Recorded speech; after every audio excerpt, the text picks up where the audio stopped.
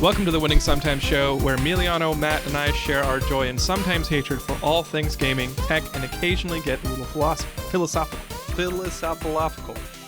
Fair warning, this episode might get a little into the weeds because we're discussing defining moments in our gaming careers. We've discussed our origin stories, but sometimes it's the little moments that have the biggest impact. So, what makes us tick? What are the games that define how and why we game? Today we look inward and figure out why we are the way we are. A question Matt's parents probably have been asking for decades. So that is so accurate. Matt, what gaming moments define you? I was waiting for you to just straight up ask me, like, why are you like this? And the real answer is, I don't know either. But gaming moments that define me, I don't know. That's a big question, obviously, and I'm kind of curious to see where we all go with this. Because there's obviously a lot of ways that games affect us and can, for lack of a better term, traumatize us. So, like, for me, I have some emotional trauma from Final Fantasy 15, but I also, that's definitely a game that kind of defined how I looked at other games. But there's obviously a lot of other games, but to kind of, I know I've talked about Final Fantasy 15 before, but for those of you who are new, I really liked Final Fantasy 15. Oh. Wouldn't have known. You didn't know that? No. Not the way you talk about it. You're very salty about it, but I guess that could be wanting it to be better than it is. So this is the thing. This is the thing about Final Fantasy 15 that's a little bit weird for me, and this is why I say I'm like emotionally scarred or traumatized from it. Mm-hmm. Is that one, I really liked it, but I also was one of those nerds who like watched the anime, who read the comic book, who watched the freaking movie. Yes, they made a Final Fantasy 15 movie for those of you who don't know, and so like I understood kind of a lot of the subtext of what was going on. But one of the things about the game that I guess has shaped the way that I look at a lot of other games is that the way that the story progresses is like a buddy road trip kind of story. And it's, I mean, you're fighting demons and stuff. So, I mean, it's not super happy, but I mean, it's kind of like crack it. You can tell me if I'm wrong here because you've played it before, but it's kind of a happy-go-lucky kind of story. It's like for like in-sync warrior road trip. Wow, that's a really solid definition. Yeah, you are a boy band with weapons is what you are. Yeah. But you go through this whole thing, and then, like, all of a sudden, like 95% of the way through the, there's like a sad thing that happens kind of in the middle, but then like 95% of the way through, it's like, no, we're gonna kill we're gonna Hamlet style on this, and everything you care about and everything that you have, all these people that you've come to love in this show, we're not even gonna let them die. We're gonna like just disfigure them, and like it's just like a total gut punch. Okay, that's like way farther than I remember. No spoilers. Yeah. Well, but this is all spoilers we're talking about. I know, because it's a pretty old game. Thanks a lot, man. Well, like they blind one of the guys, and like stop. Yeah, come on. Well, anyways, so but basically, and this is why I say I have like emotional trauma from that, and it's why it has really shaped how I play other RPGs. Not because, like, I mean, the Final Fantasy 15, I mean, it was good. It wasn't, like, groundbreaking or by any stretch of the imagination or anything like that. But what it did to me is it, like, basically took me through this story that was happy-go-lucky and then punched me in the face and, like, kicked me a few times. And so now every time I play, and, like, I'm kind of ashamed to admit this, every time I play, like, a JRPG or, like, any RPG for that matter, I'm constantly waiting for something terrible to happen. And so like no matter like what it is, like there could be like a Animal Crossing like RPG, and like the whole time I'd be like, oh god, when is the fucking raccoon gonna come like break my kneecaps because I owe him money or whatever. So like Final Fantasy 15 emotionally scarred me. Thanks a lot, Final Fantasy, Square Enix, whoever it was. Because now, like, and I know that's kind of a really weird, superficial way of saying, like, this is a game that, like, shaped how I view other games, but it really has, because I don't trust stories in games anymore. I definitely don't trust them to be even mildly happy at the end. And so at this point, like, if I finish like an RPG that is like kind of has a happy quote unquote ending, I'm still kind of waiting. I'm like, okay, I'm gonna watch the whole credits because I need to know like what's gonna happen at the end, like that's gonna set up the sequel where like the bad guy actually didn't die and he's really winning, and or maybe I find out that I did kill the good guy and I just thought it was the bad guy. And so like I'm constantly waiting, and maybe this is more like a tell on me, I don't know, but I'm constantly waiting on things to go wrong in RPGs. And I don't think I play as many RPGs anymore as I used to because of that. Yeah. It affected you it that really much. did kind of change things. But I mean, because misery makes great storytelling in most instances. Has there ever been a happy RPG that you've played? I feel like most RPGs that I've played has some sort of like of that drama, some sort of like that. Well, but they don't normally, because there's a difference between having like a sad story and a positive resolution. I think that hits completely differently than having a relatively happy story and then just like very poignantly like murdering every main character at the end. Okay. That's why I say like going Hamlet style on it, where like they're just gonna murder people, is a very kind of different feeling than gosh, I'm trying to think of a sad story that had a decent ending. I don't know, something like, and this is probably a bad example, but like Macbeth, where like Macbeth is pretty obviously about halfway through the bad guy, and you do get spoilers, sorry for Macbeth. And by the end of Macbeth, you do get to see Macbeth killed. And so while it's not a happy story, you have a happy resolution. And so I think there's a lot more games out there that try and cater to that happy ending kind of thing, and I'm conditioned to not expect that, and it's a little sad. Yeah, like KOTOR, I feel like had a, depending on what you chose, your head's going the same place as mine are. all the Mass Effect, as well. Mass Effect was kind of like a right in the middle. Yeah, like it could have been good. The ending, the ending was kind of like also like well, if you have a perfect save the world, a perfect Paragon game, which I did, then it could have a little upswing at the end. But maybe we shouldn't touch Mass Effect 3 because that'll bring up a lot of trauma for a lot of people. But it makes me not as much as Andromeda.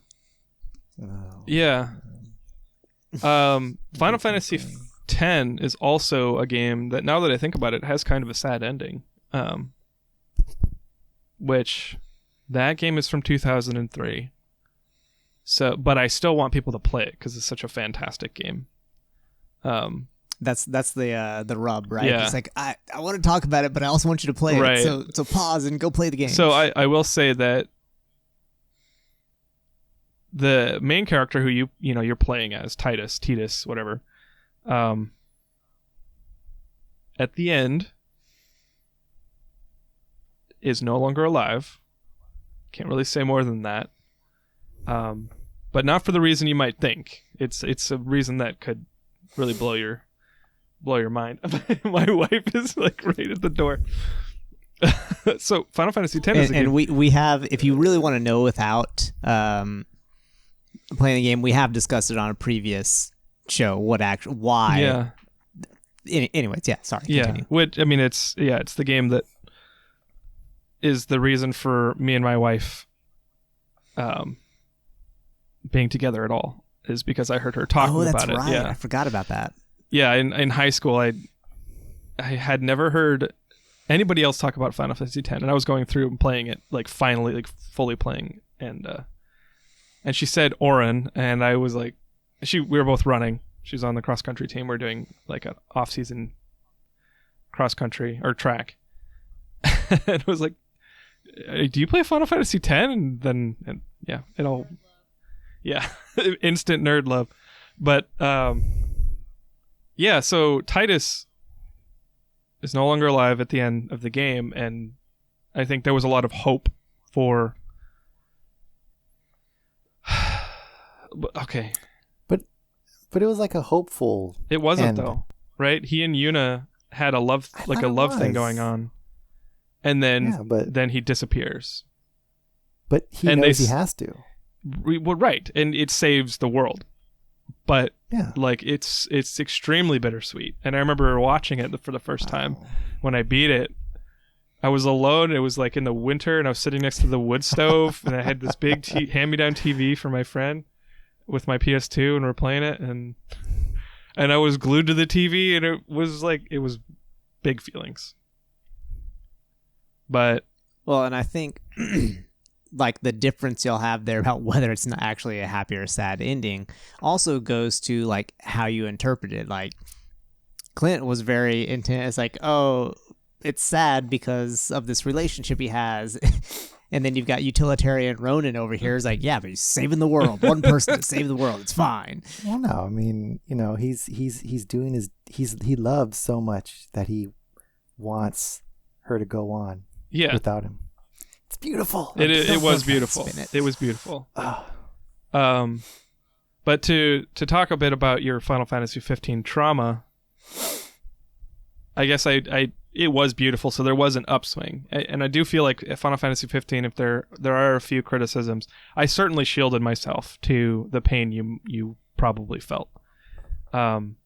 Because there are some pretty low, like I remember, and this isn't spoilers, but I remember after beating the game, like looking up YouTube and looking up like possibilities about how, because I was still looking for resolution at the end.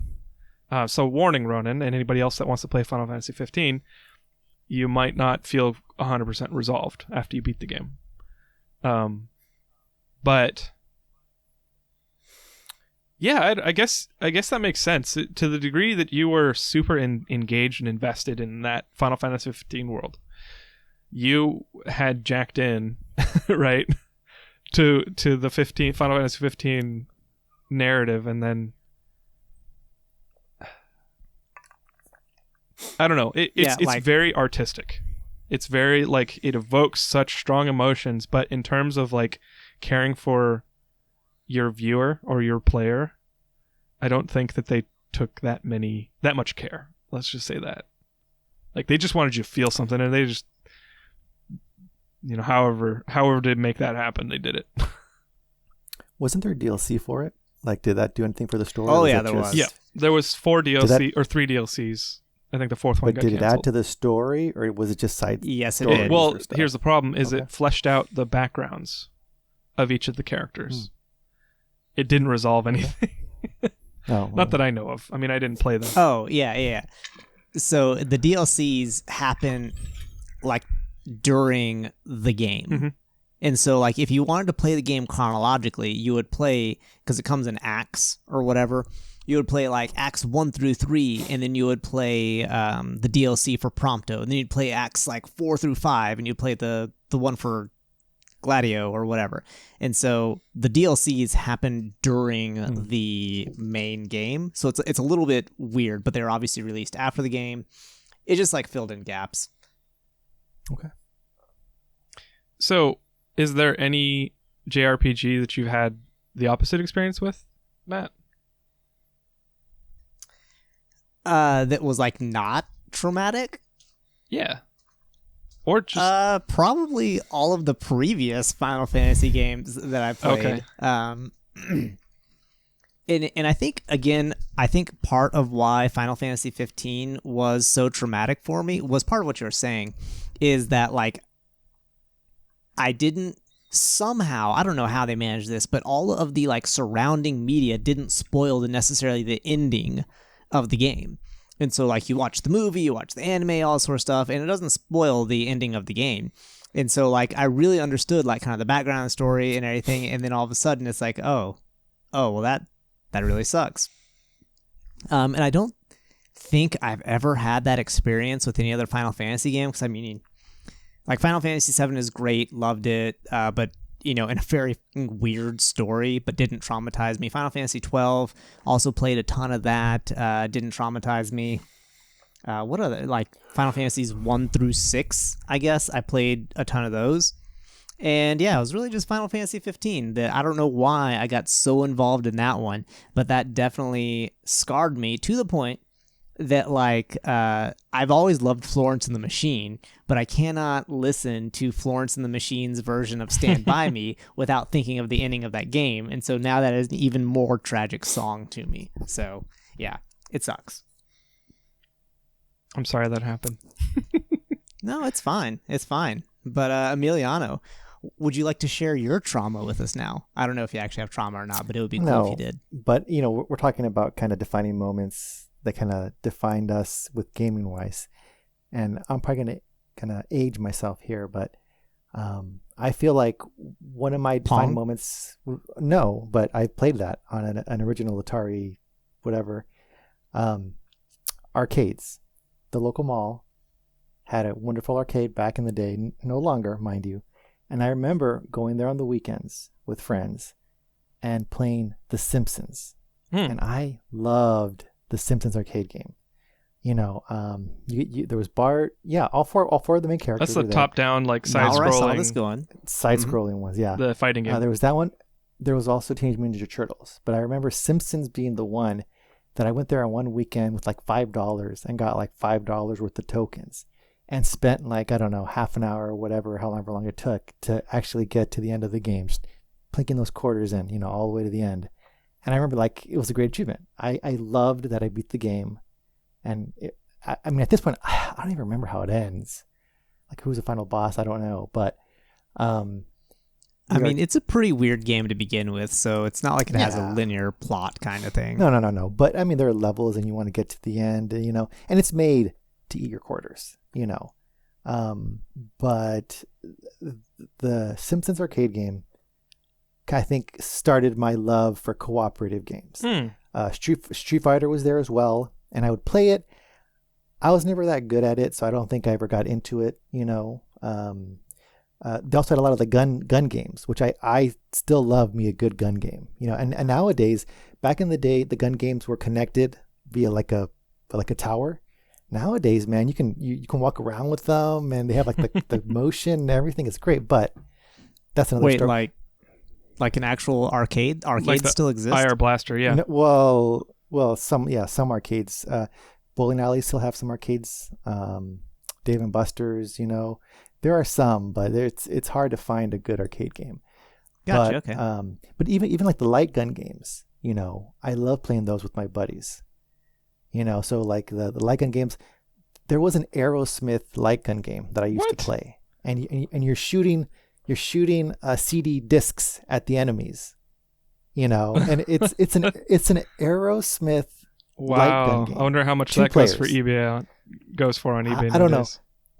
I played that game and I loved it. There's also an old Terminator one, which was great too. But I remember The Simpsons and even the Teenage Mutant Ninja Turtles. There was also a version of that kind of top down side scroller. I remember playing those games, and I feel like that's kind of started my love, the old arcade games. And this is back in the day before cell phones, man. I remember I'd have to go use a payphone to be picked up, or I'd have to be at a certain spot at a certain time, and if I missed that time, I'd have to call to get picked up again. This is my first back in the Stone Age. My first cell phone, I think, was in college. I think I got it, or after college. So yeah. You young kids and your fancy devices, you don't know what we did back in our day. But so I lived 30 minutes from town, and I didn't get a cell phone until high school. So I definitely lived. We just didn't get to go anywhere. That was the problem. Yeah, the mall was our hangout spot, and I remember the arcade, the Yellow Brick Road was the arcade, and it was right above the ice rink, which are both at this point gone from the wall. But the arcade upstairs, the ice rink down below, and you could look over down to the ice rink from up top while you're playing your arcade games and stuff. And yeah, I remember That's pretty Simpsons. Street Fighter I played, but I liked it, and I bought it on a SNES back, when that came out. But The Simpsons, I remember that being my game that I loved, and it was because it was the only game, it was like a small selection, but yeah. So, question on that, I think, because you said you think The Simpsons is really why you are, in really like what got you into like the cooperative gaming and things like that.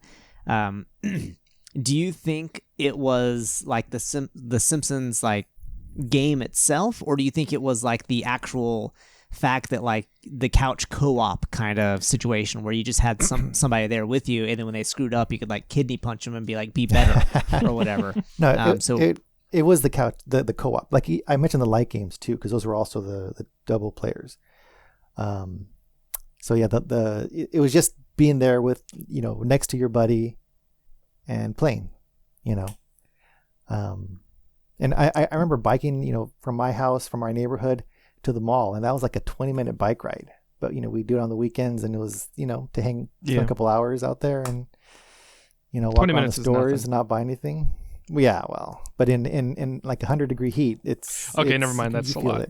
Yeah, with like 30 pounds of quarters in his backpack or whatever. All your books and your it's rough backpack. Yeah. Mm-hmm. Yeah, but that's kind of one of my defining moments. The arcade game and these cooperative games kind of, and for me the highlight was the Simpsons arcade game.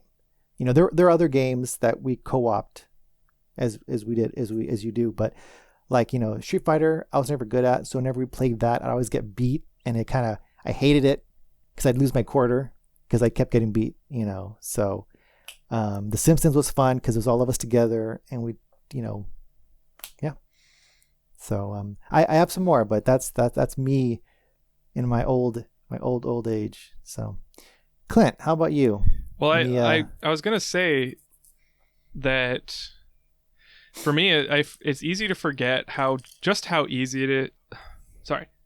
it's easy for me to forget just how much video games are defined by that arcade experience, and how malls used to be the destination for primetime entertainment for families. And so you're describing that ice rink and with the arcade above and the second tier, and it's like, just imagine being there with my family when I was a kid, which I never did. We never did. We didn't spend time at malls. That was, past or before my time, or we didn't have a good enough mall in my city, and so the family would go there and split off, or window shop together or whatever. And that's just like that just blows my mind. It's like one of those things that I was trying to find it. There's an album on some site that was a bunch of vintage pictures of daily life, like primetime attractions at a mall from like the 80s or like 88 or something like that.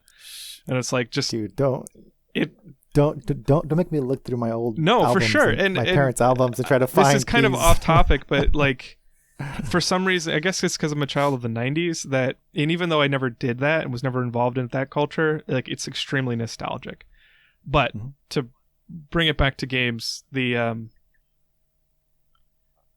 reminds me of one of my defining moments, which isn't really a moment, and it's more like a trend in gaming for me, which is all of those arcade games are designed so terribly.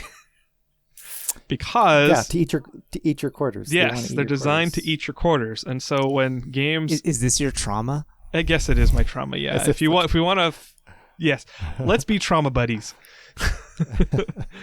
When games jumped from the arcade to consoles, in the home gaming, because computer gaming, like PC gaming, is a different thing in the 80s and 90s. Like it's a different beast entirely. And so that doesn't really apply here. But the design of games for like the NES system and the Sega system and those Sega Genesis, I guess. Which was the first one? Was it the Saturn? The NES. Sega Genesis was the first Sega. Okay. No, but NES came out first. It did. Sega came out. I'm just talking after. about that whole family of home consoles. Okay. The games were designed in a similar way as arcade games, or they're straight up ports. Just take the arcade game, put them on the console. So the design still, like, there's no quarters anymore, but the design is very level based. It doesn't save your progress, and you have a continue button where if you die too many times, then you have to press continue, and then you restart the level. And my trauma is that I absolutely loathe repeating myself in games, repeating playthroughs, or repeating, having to repeat anything too much, right? And that's ironic to say because I played Destiny for 5 years. But that's different, right? It's like if I'm playing Skyrim. That's an addiction, all right? That's not because I like it. I know, right? No, I mean, we can talk about Destiny in a sec. I don't want to tank this episode. But the feeling of playing a game and then dying, or having a mechanic kill you, or losing progress basically in any way, shape, or form, if it's significant progress, like more than 5 minutes of progress, I almost throw a tantrum. Like, I will quit. I'll just quit the game, set it down. Like, I have to remove myself from the situation because I will get tilted. And yeah, I think it's from those old games where they put so much and they tried to make make you ride the line between skill and continuity, because of that design of, like, they want you to fail, but they also don't want you to leave. So they're trying to addict you to playing this extremely challenging thing, and yeah, so I just loathe it. I loathe. So what? Contra, Battletoads. I won't play them. Streets of Rage. Yeah. Oh, I loved Battletoads. Battletoads, yeah. Contra, up, down, left, right, BA, select, start. Come on, man. Yeah. Iconic Konami cheat code. Yeah. Because of the difficulty. Yeah. But no, I see what you're saying. But I don't know, like, and maybe that's why I like Monster Hunter, because I feel like I'm getting better the more I play it. Right. I can see those improvements, and it's like, I don't know.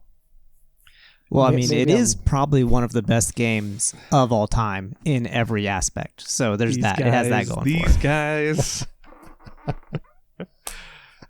What I was going to say, though, is that I can't really pin down where that frustration and just lack of, like, severe intolerance of losing progress came from. But I do know that it's, like, affecting me right now. It's certainly defined the way I play games. I like, Cuphead was a game that I wanted to love, but I can't. I mean, I love it because of what it represents, and the art style is like 1930s graphics. Like, it like they animated, like, hand-drawn animated the entire game in every frame. Every animation, every sprite is 1930s style animated. It's extreme pains, and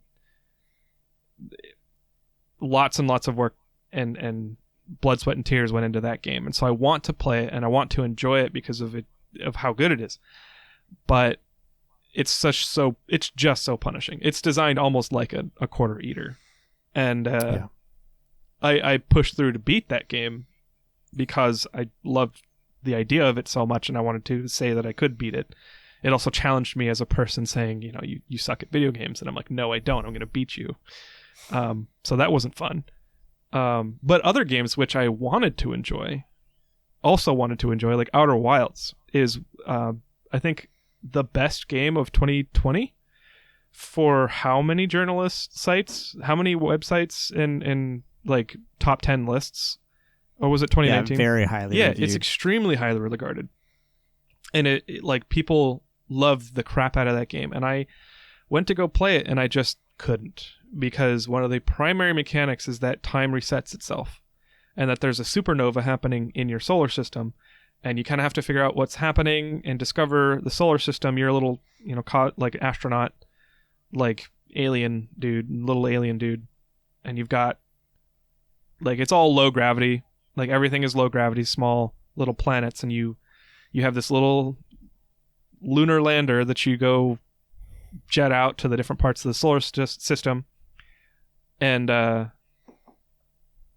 you every time the solar system resets, you start right there next to the ship, like the spaceship landing pad, and it's like what, 3 minutes from, because you start next to a campfire, and you have to walk down a path and talk to someone and get into the landing the actual lunar lander ship. Then you take off, and it takes, depending on where you want to go in the solar system, it probably takes 5 to 10 minutes to get there. So every time you start, and I don't remember how long the cycle. Have either of you played Outer Wilds? No. I have not. Okay. Well, the cycle's like a half an hour, I think. Every half an hour there's a supernova. So if you get somewhere, you can't waste time. And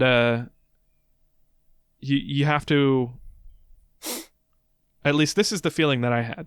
You have to, as efficiently as possible, take a look at the whichever like asteroid or planet you're going to, and explore it as fast as you can, and get all of the lore, like, because there's this alien, like other alien race that was like a predecessor, whatever, a predecessor race, and you're discovering some of their technology and their stories, and like you have to just rush through it, or else you will lose progress, because if you die because that supernova and then you reset back to the campfire, it takes 10 minutes to get out there to the place you were just at.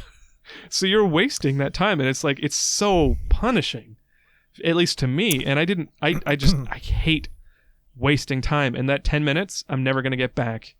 I don't need, like, if there was some kind of warp system where I could, like, it's just 10 minutes down the drain.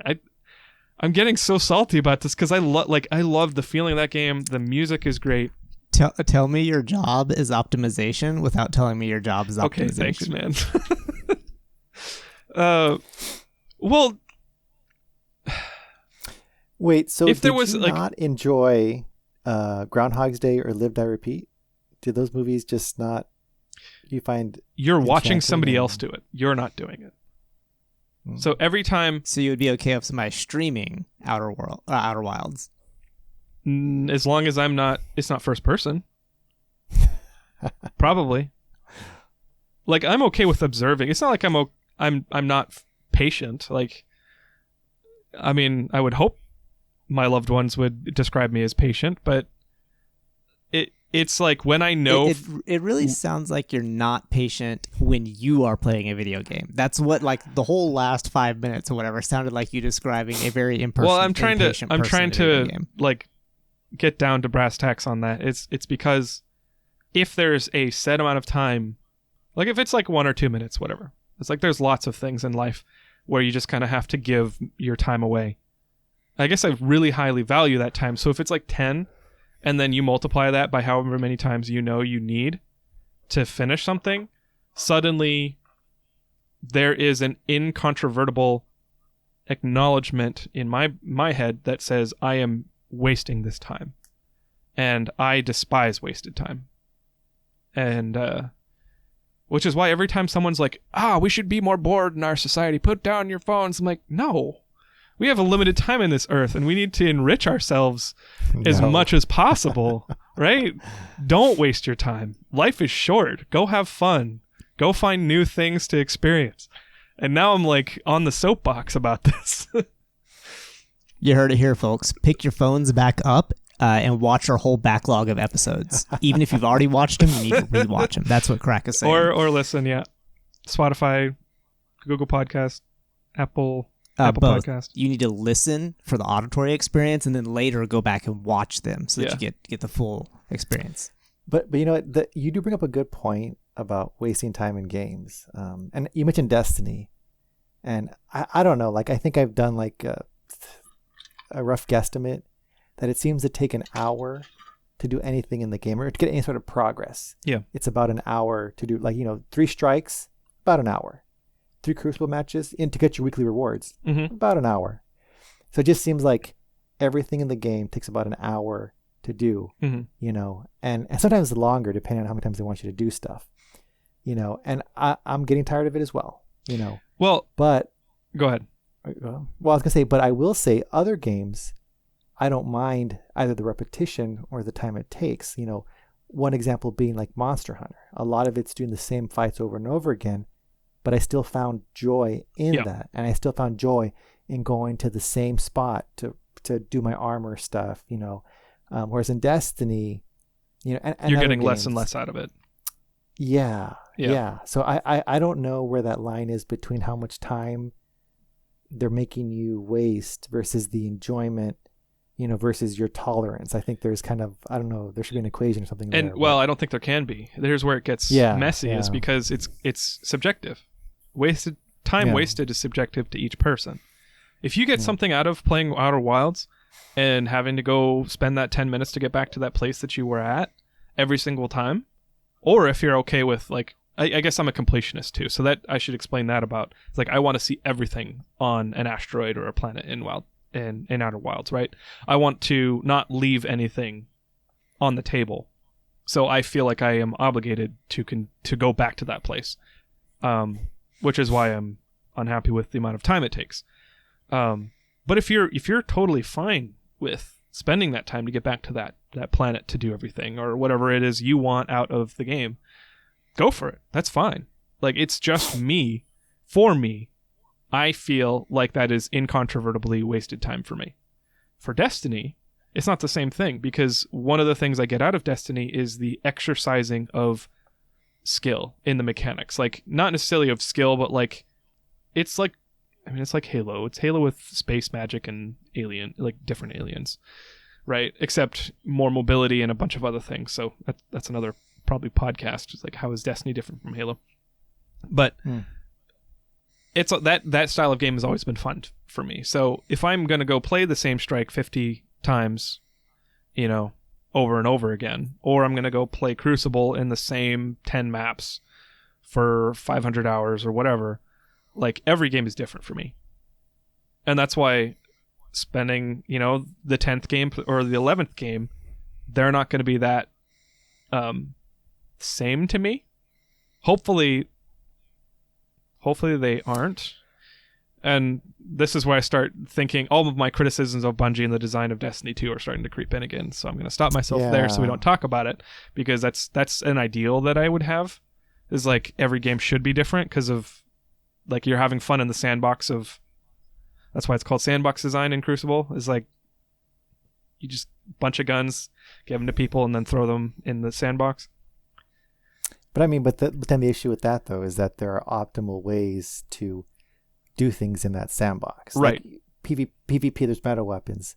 In PvE side, like for strikes, there are like the optimal path, the optimal loadouts, the ways to skip loads of enemy, can just drive past them in certain spots.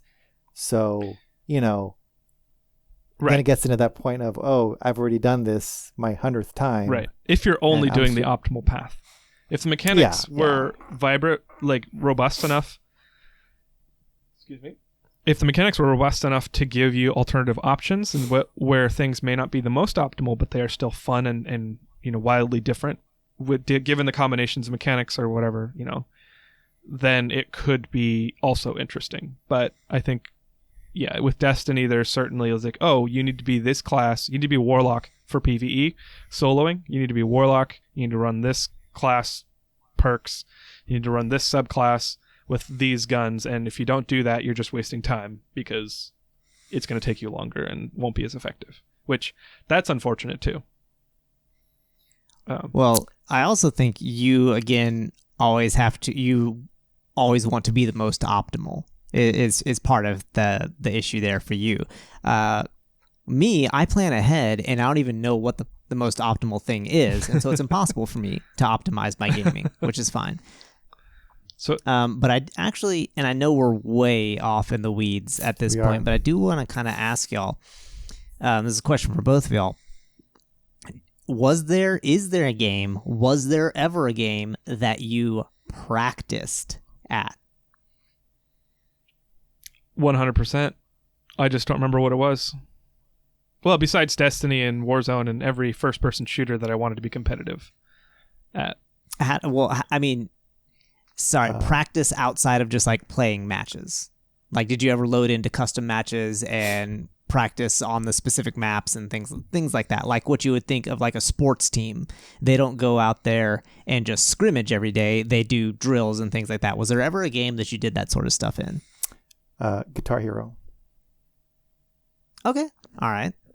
I practiced the heck. And then when Rock Band came out, I spent a lot of time in the trainer mode for the drums because I felt like I was actually learning to play drums. It does feel like you're learning the actual mechanics of playing an actual live drum. So those music rhythm games, which I do enjoy. You know, I like me some karaoke. I like me some drumming. So it's awesome. Well, yeah. The reason I asked that is because we just kind of had this big tangent about how repetition and how that is Clint's trauma is repetition in games, and so I was honestly just really curious, because I know you're also a very competitive person. Both of y'all are fairly competitive, more competitive than me. Okay, all right. If I'm the standard, like everyone's more competitive than me. But so I was curious, like if y'all had kind of forced yourself into doing that sort of repetition stuff, because y'all are both y'all are both way more hardcore gamers than I am, and so I didn't know if that was something that y'all had decided this is an optimal use of my time, even though it's kind of a mechanic I hate in a game kind of thing. That's where I was going with that. I don't know. I think it's more for you, Clint. Have you practiced Crucible matches or shooting or anything like that? I mean, I get a lot out of those types of activities, though. So I can't say that it's doing something that I hate, unless for some reason I decide to keep on practicing Destiny, even though I've, basically flamed it multiple episodes in multiple episodes. Deep breaths, Clint. Yeah. Deep breaths. Thank you. Yes. No on things that I hate just to be better at them. But yes, I absolutely practice in games. Especially when I've identified like what's holding me back from being better. I just want to be the best I can. And so for games, I think it actually started in Destiny. Actually, all of this, like, podcast recording, media, video editing, all the stuff that I've done is because I started recording myself with Destiny.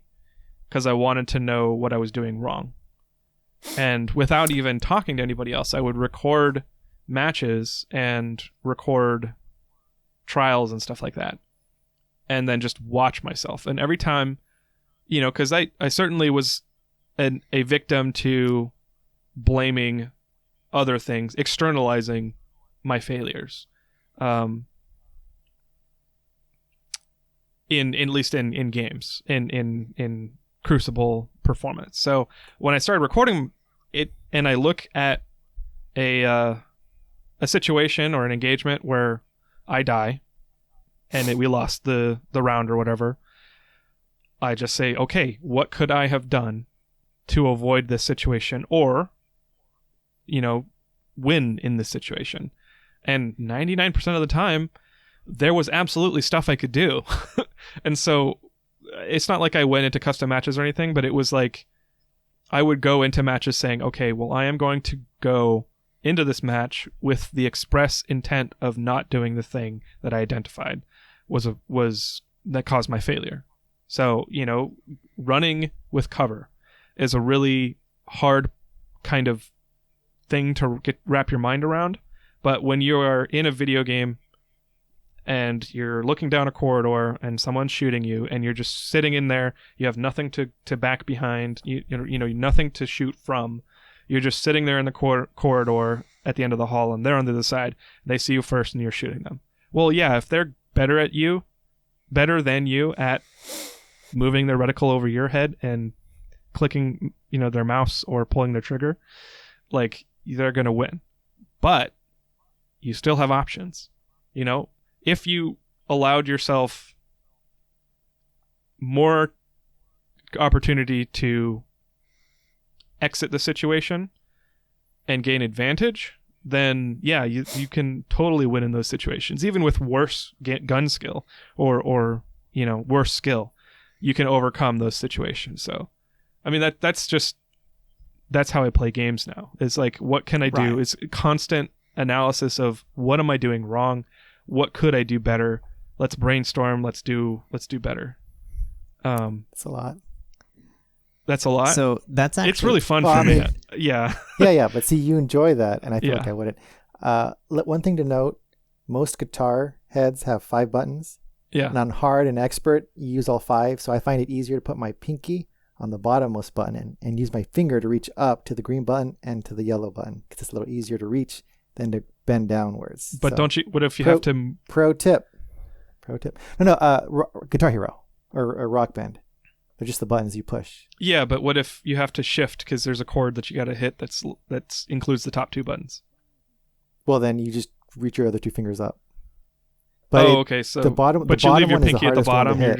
just kinda Yes, like that. and rest it on the orange, Okay. and just kind of go up or down wherever you need to go. So I think the real pros set it on their lap and play like with all 5 fingers is I think how they do it.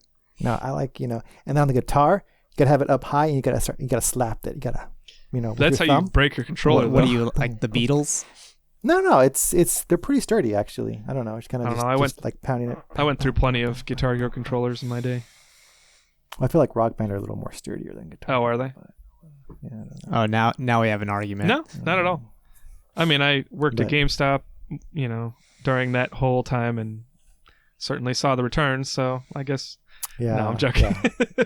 But no, let's just Ronin. It's fine. Yeah. No, I think Rock Band is sturdier. Yeah, Yeah. to mildly get us back on subject here, part of the reason I asked that is because one of the things that really, and I've talked about this before, that has really colored my perception of games is like the RTSs of like the early 2000s and things like that, the Warcrafts, the Starcrafts, things like that, Age of Empires, all that sort of junk.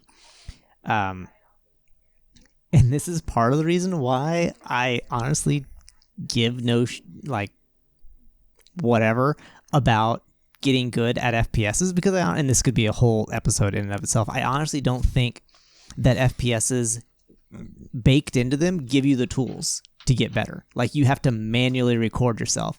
And so like for me, FPSs are not like competitive games, because you can't by yourself get better. There's not built-in tools. Because almost every RTS, you had replays where you could see your movements, your opponent's movements. You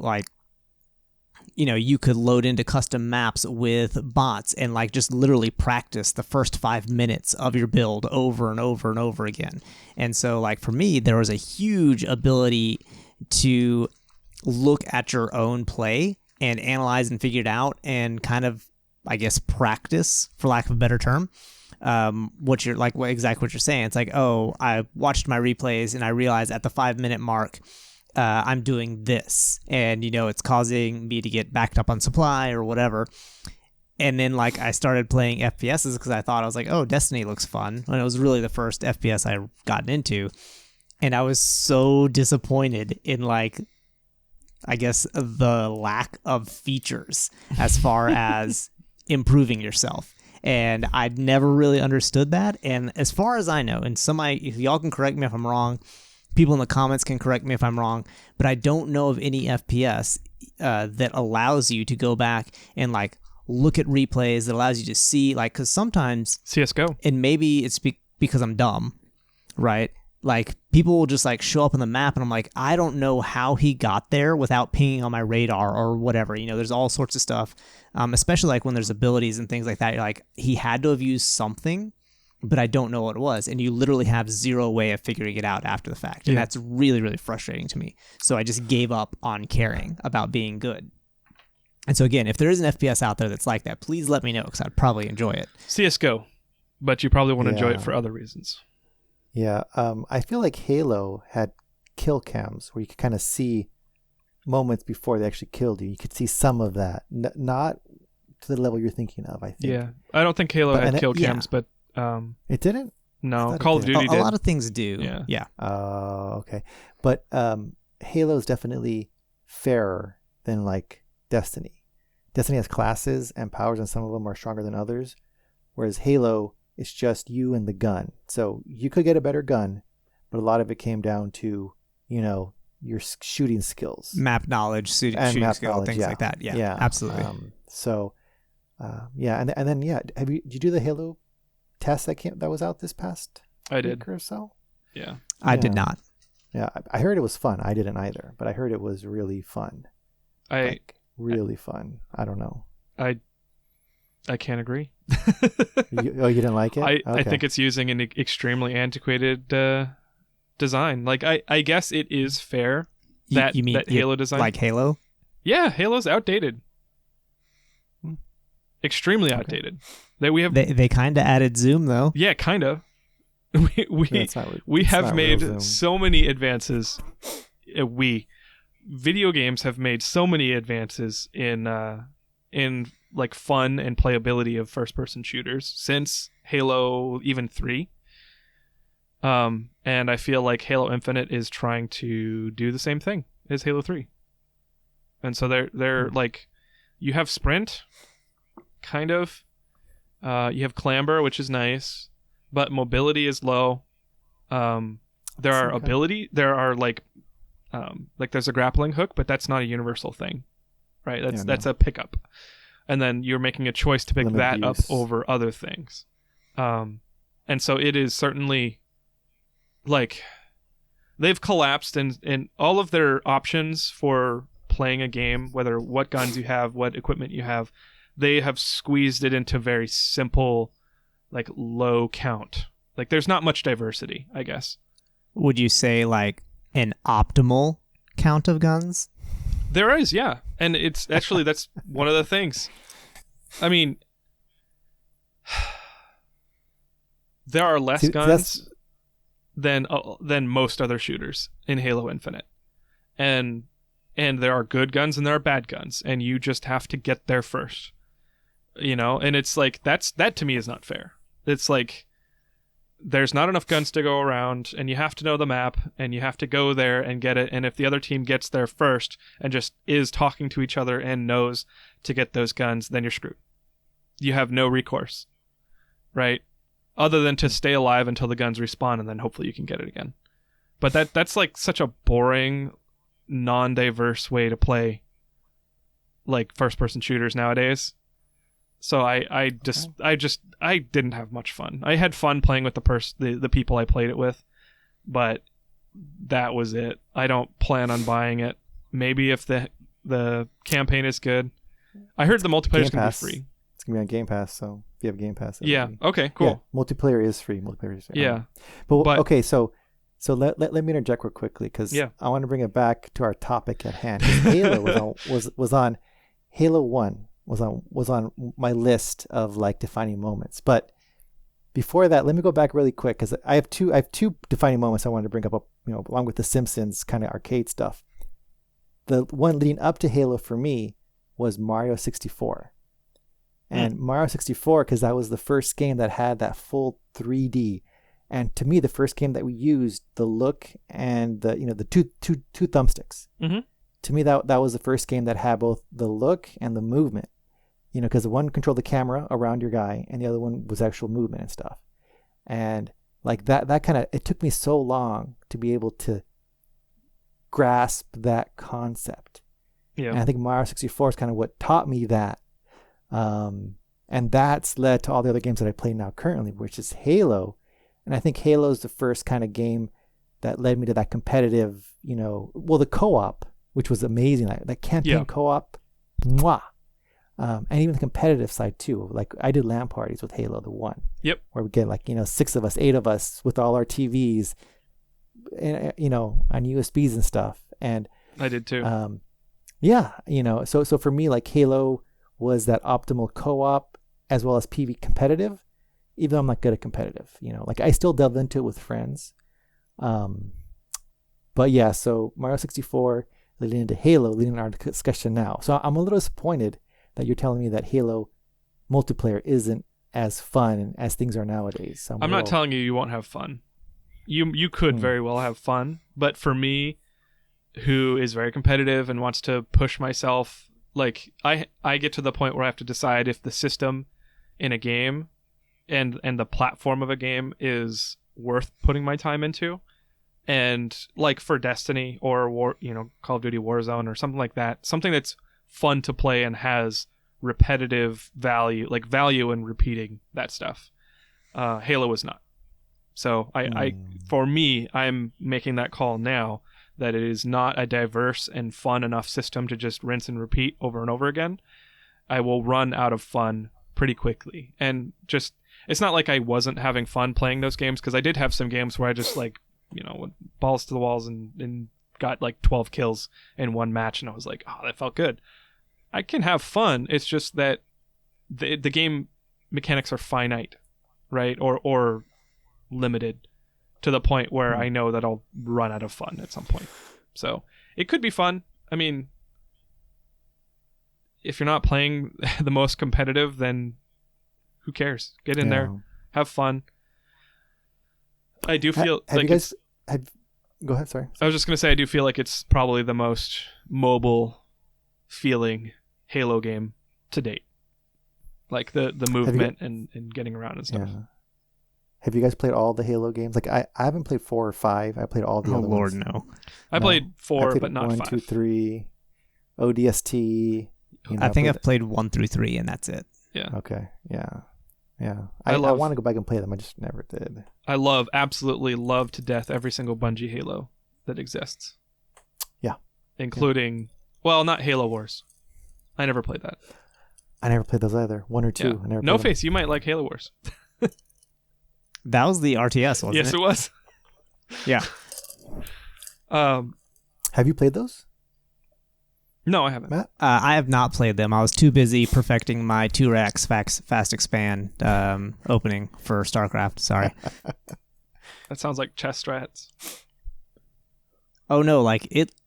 I'll have to show y'all sometime. Like it's crazy, like the amount of precision that goes into your openings in StarCraft. It's like, oh, like you'll be watching like a pro match or whatever, and like, ooh, he was like 3 seconds late on putting down that supply depot. That's gonna put him really behind, I don't know. Like he can't pull off his timing attack anymore because he will not have those Marines out in time. Like it's crazy. Yeah. I don't know. Does that sound fun though? Does that sound fun? No. 3 seconds.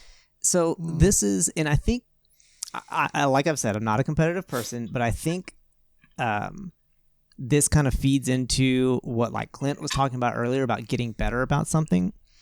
So with StarCraft, and part of the reason I absolutely loved it, and I think another reason why I don't really like FPSs, is if you won or lost, it was 100% you. Like the other person was just better than you. You made a mistake. There's no like, oh man, we would have won that match, but my teammate, pulled heavy or like didn't flank properly or flanked when he shouldn't have. There's nothing like that. It's 100% like you can go back and look at it and be like, this is the exact moment where I lost the match. Sure, the match may have gone 10 minutes longer, but this moment right here is exactly where I lost it because I made the wrong decision. Mm-hmm. And so for me, that was a game that I practiced a lot because, I just wanted to be better at it. And so I was like, hey, this is a very tangible thing that I can practice and do. And like, literally, I was in the scrub division. And so like, if you could just like build more shit than the other person in the first 5 minutes, you would win like 90% of your matches. And so I just need to get my first 5 minutes down exactly, like to the second, no misclicks, anything like that, and I will win 90% of my matches, and I did. So you're the kid in the chess club that beats everyone because you've played like 2 years more and you know a little bit more strategy. No, it's not even strategy. It was just 100% that because like everyone, like the meta or whatever, there was like if you had any strategy, right, it could work. But I was the person that was like, I'm going to execute my strategy down to the second. Like, doesn't matter what my strategy is, I'm going to execute it down to the second, and I'm going to execute it every time perfectly. Emiliano, I think we've been lied to. Matt said he was not a competitive person. I know. His testimony determined that was a lie. Let me rephrase that though. The only person I'm competitive with is myself. I don't need to be better than anyone else. Same. I just want to be able to improve. Same. And so, again, that's part of the reason why I don't particularly care for like FPSs and stuff like that, because I don't think they give me the tools to help myself improve. If I have to download some sort of another program to help practice aiming and stuff like that, you don't like OS? Do what? Osu is a first-person shooter gaming practice game. It's a on-screen mouse and keyboard click simulator, like a rhythm click simulator, where there'll be like circles that appear on the screen. You got to drag them in different like formations and stuff, and it speeds up. And depending on the song you're playing, it just gets really crazy. And when you actually see somebody who's been playing that for a while, you're just like, what the heck is going on? How are they this amazing? But it really like helps you train your muscle memory in like first person shooters, and allowing yourself to like just jump into muscle memory during a match to like really hit the point which you want to hit. And do you play that? I've opened it once and I've played half of a song. Yeah. So I think I'm not that. And in my opinion, crazy. I think that stuff should be built into a game, right? Like that is my expectation. If this game wants to say, oh, we are a competitive game, it should have something to practice with the actual guns that you have in game, because as we all know, different zoom rates, different movement rates, everything like that, depending on what gun you have, you can't depend on some external program to get those things right. And again, this is just, I think, me having high standards from having played a lot of RTSs. If that's not in the game, that's an incredibly high standard. Yeah, but that's the thing, is that like you could do that in RTSs. You could load into literally an empty map and do nothing but practice your build. And there was a timer at the top, so you could watch and make sure you were at the right second and things like that. Well, here's the question. Yeah. When was the last RTS that was released that was successful? I don't. Probably StarCraft 2.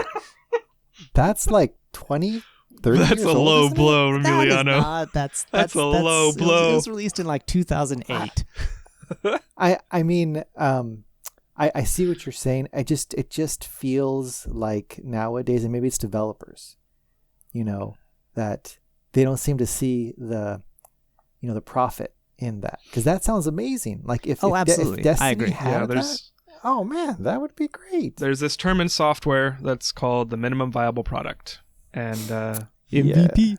Yep, and it's going to be hard to convince your funding decision makers to put those kinds of things in. So you better get it in the original design document, or else it's just not going to happen. So it really takes those types of people who really care and are passionate about those things to be in the right position at the right time to make sure those kinds of features happen. So that's why indie games are so awesome, because those design decision makers are the people doing everything else. Well, like when Destiny released, Destiny 2, it didn't have private matches, and we just recently got Gambit private matches. And that is unbelievable to me. That No, blows my fucking mind. I'm going to respectfully ignore that hook into talking about Destiny 2 again. Sorry. And why Bungie has screwed up in this way or that way. But yeah, I did. I feel like we've gotten so into the weeds, but not in a good way in this episode. It was great. I'm trying to think of what are my defining moments in video games. I think that might be a little bit too vague for me. All I remember is the experiences that never left me. And I've talked about some of them. I've talked about Super Mario World and how it taught me how games are fun. I really think I'm the kind of person that just understood at an early age that games are fun, and there's so much fun to be had in them. Another one that I really, really love, and has kind of colored my or that has defined what I seek in games. Because I've talked about how I'm super into exploration, and how I've wanted, I want games to be really expansive, but I also want there to be a reason to go, to wonder. I will wonder by myself what's over the next peak in a game, like the next mountain, but I want the game to provide a reason to go find out. And when I played, that's probably because of Morrowind. Morrowind was the first open world game probably that I ever played, now that I think about it. Unless Final Fantasy games count as open world. I don't think they do. No. I mean, there's overworlds, like Final Fantasy VII might be arguably an open world game. But Morrowind is amazing. There is so much to that game. Like, they designed entire alien cultures for the different elf races in Morrowind, and there's story, and there is mythos, and like what do they call the pantheon, the Greek pantheon? That's what it's called. Gods. Yeah, like the gods and everything, like in Greek mythology is the pantheon, right? Oh yeah, Pantheon. I Yeah, thought you were trying to figure out what the Pantheon was. No, Sorry. there is a pantheon in Morrowind. Like, there is multiple pantheons, actually. There's every culture, or every group of cultures, similar cultures, have a different set of gods that they like adhere to or worship or whatever. There's the nine, which are the Imperials and the Bretons and I think anyway. And they all have actual powers in the world. And then there's the Daedra, the Daedric gods, and that's like, they're all the Chaos Masters, and there's different avatars of different like malice and greed and destruction and anyway. But it's all like, you find out about those things after a long time in the game. And there's, just like in the real world, where let's say you go to a Greek city and you find out that people are praying to this god, and you learn more about the world by like talking to people. That's the same thing with Morrowind, and it's.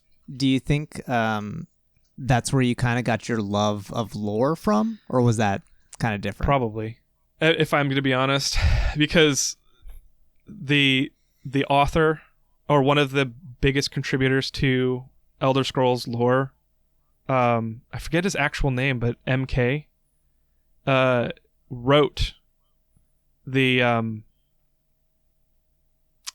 can't remember what the document is called, but anyway, basically he reveals that every single book you read in that game is written from the author's perspective, which adds a real world element, like a real world dimension, to all the exposition you find in that game. Because authors and perspectives are flawed, and they may not have all the details. It's like a first-hand source in history, right? You cannot just trust one person's account of the history. So there's people's opinions. Like, it's just, they went so deep into lore in that game, where there is a subreddit that is still, well, pretty low in subscribers or active people. They still have debates on what is lore, like what is what's the word for official? Canon, thank you. They still have arguments about what's canon. They like form their arguments. They have like dissertations, basically. And it's like, well, these are the sources that I used, and then we have, MK told us this, and that leads into it's amazing and awesome, and you can spend so much time getting lost in that world. And then there's all the parts about where you're an actual character that has a stake in that world, and you save the world, in however way you go about it. Wait, didn't Morrowind have like the $20 horse armor deal? No, that was Oblivion. Like Yeah. Oh, okay. Yeah. Oblivion. So Oblivion after or before? After. Which I love. Okay. Oblivion too. And honestly, I never bought the horse armor. I never thought it was really that big of a deal, but I get why people are pissed off now. Oh, shoot. So it was the start of things to come. Yeah, unfortunately. Are you being attacked by a cat? Yeah, he's attacking my foot right now. He's super happy. It's fine. Emiliano, you were going to say something? No, well, just the horse armor thing. I wasn't sure Yeah. what that was from. But But I guess Yeah, to oh, go ahead. No. I was saying I've never played Morrowind or Oblivion, so or Elder Scrolls, the new one, the one that's been remade like 10 times. I've never played any of those. Skyrim. Thank you. I would 100,000% say play Morrowind, but it is a lot of time. Yeah. If you don't have time to breathe in the world, then maybe it's not the best game to spend your time on. Yeah. Well, we'll see. Yeah.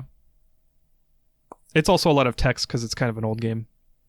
So it's not voice acted, except for very selective moments in the game.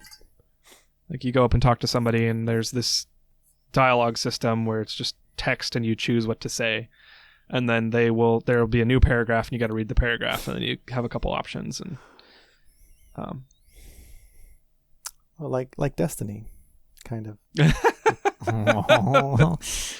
All right, we got to get off that subject. Yep.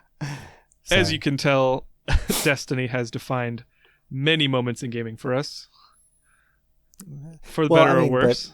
Yeah, I think for me it was Halo that led into Destiny because I kind of followed Bungie, but here we are now. Yep. Any last words? Anything else for the good of the order? No. I think we have a lot of shared collective trauma over Destiny, but that's fine. That's fine. Every game has its ups and downs, so whatever. I think my final thoughts on things is that realistically, if you're going to pick up, one or two games, it should definitely be probably like StarCraft Brood War. You can probably find like a pirated copy of that's freaking free. Because I don't support Blizzard anymore, but whatever. And Monster Hunter. Those are probably the two ones you should pick up. Can you even buy Brood War anymore? I'm sure if they can sell it, they're gonna sell it. Like if they can get a dime off someone, Probably they're like gonna do it. GOG or GMG or one of those like yeah, good old games. Yeah, one of those small yeah, but it's sites. If you're gonna play against actual people, which is the fun part, you have to go through the Blizzard servers or have a literal LAN party. So, which if you have friends that are not infectable, I don't know how to politely say that. Yeah, go ahead, have a LAN party. Go like me and Emiliano will go play at an arcade. Y'all have your LAN party. It's going to be great. Gonna party like it's 1999. Always down for a LAN party. I had Command & Conquer LAN parties, although only probably like 2. I definitely did the Halo one, but that was kind of chaotic because I was 13 and everyone else was younger than me. And so there were many blanket parties when people wouldn't stop switching teams. A blanket party is when you throw a blanket over someone and then you just kick them. Okay. Yeah, but realistically, my final thoughts are like that I think we can take out of this is that my gaming experience, things that have defined me, were games that were either emotionally traumatic or allowed me to improve myself in some way. And so that's really how I think the games that I've played have defined how I interact with other games.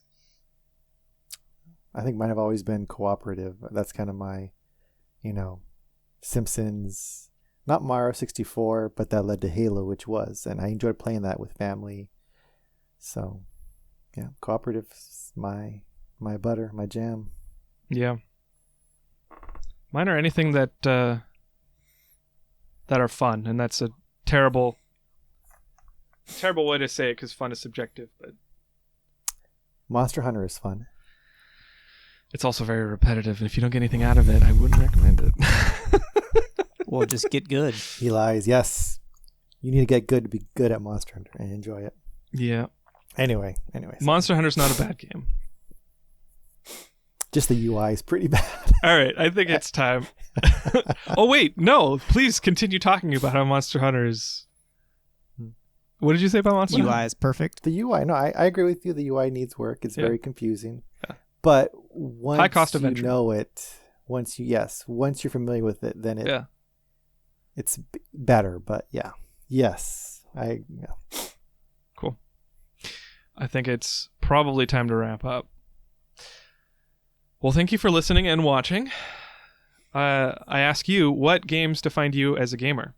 Tell us in the comments on YouTube, Winning Sometimes Show, where we'll have video for this and other episodes. We do have a Twitter at W Sometimes Show. Winning Sometimes Show is too long. We sometimes game on Winning Sometimes Show on Twitch. And you can also yell at us in our email inbox, show@winningsometimes.com. Please give us a like and subscribe if you enjoyed this, and more content, more topics, arguments, and explanations on why Monster Hunter is not great to come. So, thank you for listening. Have a great night, day, or whatever's in front of you. Bye. What are you laughing at? I love doing this show. I really do. Yeah? Me too. But seriously, StarCraft 2 was pinnacle gaming. It was back when Blizzard actually